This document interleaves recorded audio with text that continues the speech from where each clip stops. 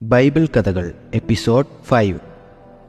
കായീനും ഹാബേലിനും ശേഷം ആദമിൻ്റെ വംശം ഭൂമിയിൽ വർദ്ധിക്കുകയും പെരുകുകയും ചെയ്തു.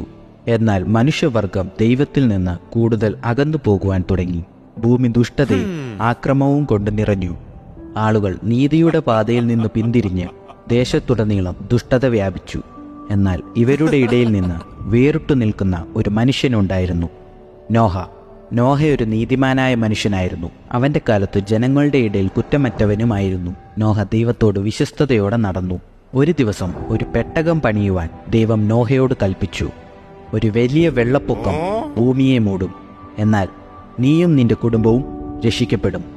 വർഷങ്ങളോളം നോഹയും അവൻ്റെ പുത്രന്മാരും അധ്വാനിച്ച് ദൈവം കൽപ്പിച്ചതുപോലെ ഒരു വലിയ പെട്ടകം പണിതു.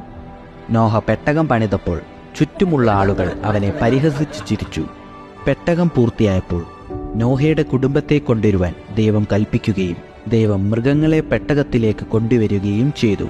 പക്ഷികൾ, ഇഴജന്തുക്കൾ, വന്യമൃഗങ്ങൾ എന്നിങ്ങനെ എല്ലാത്തരം ജീവികളിൽ നിന്നും 2 എണ്ണം ആണിനെയും പെണ്ണിനെയും പെട്ടകത്തിലേക്ക് കൊണ്ടുവന്നു.